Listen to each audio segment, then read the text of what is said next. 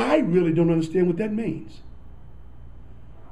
The state of Kentucky, we're playing, we have charitable gaming, we have lotteries, we have horse racing, and people are balking at expanded gaming. I don't gamble. When I was running for city commissioner, half the people I met wanted expanded gaming, which is we call casinos or slot machines. Half the public did not want expanded gaming. I told the people when I was running for city commissioner, and the same thing happened when I was running for state representative. Half the public was for it, half the public was against it. I said, I'm willing to listen to the public, because I don't have a dog in this fight. Now, having said that, I want to make sure everybody understands what this involves. Gaming involves tourism. It involves economic development. The question is, how much tourism and economic development do you want? When you're talking about gaming, you're also impacting a certain number of people. And everybody does not want gaming. Some small communities don't want expanded gaming. That's fine. The people in Louisville want expanded gaming because it would help tourism in the city of Louisville or the city of Lexington or Northern Kentucky. Then that's fine because it's already going on in our borders. People have expressed a concern that if we had expanded gaming, which I'm calling casinos or slot machines, that it would hurt the family. Well, we already have it. The people who are being exposed to that are going into Indiana, Ohio, and Tennessee already. So that's not the issue. The question is, how are we going to manage it in the state of Kentucky? If we want tourism, if we want adult entertainment, if we want economic development in our own community, not our own community, in our state, we have to figure out where do we want this to take place.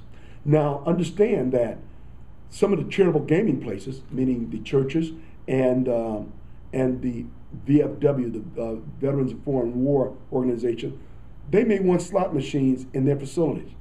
I have no argument with that. They have their own membership. So we have to take a look at how we want to manage that. Those individuals with charitable gaming may not want expanded gaming in the small communities because it will impact their revenue flow. I have no problem with that either. But we have to figure out how do we want this to reflect in our neighborhood. So it's two issues. You've got the charitable gaming off on this side, and you got the people who want tourism and economic development off on this side. And we as a state have to figure out how do we want to pursue that.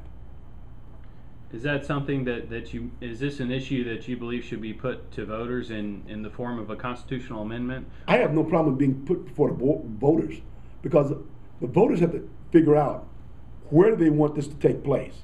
And not all small communities have the necessary resources in the police department to manage our casinos in the area. So it may be only in areas where there's large blocks of population, large hotels, and things of that nature, which is the big cities, where you have 1 million people. So we have to take a look at how we're going to manage that in the future. And that's the core issue. Where do we want to have it? And not all communities are structured to handle something like this. It sounds like that you don't believe that it should necessarily be limited just to horse tracks, that other communities... It could be horse tracks if the communities figure it just should be horse tracks. We only have 6 or 7 horse tracks in this state. It could be just there. Again, if they did that, it would lower the cost of construction because they already have the physical plant to do that, and it would give those people in that area access to tourism and economic development and adult entertainment. So, for instance, if Owensboro wanted to have slot machines, you would support their ability to.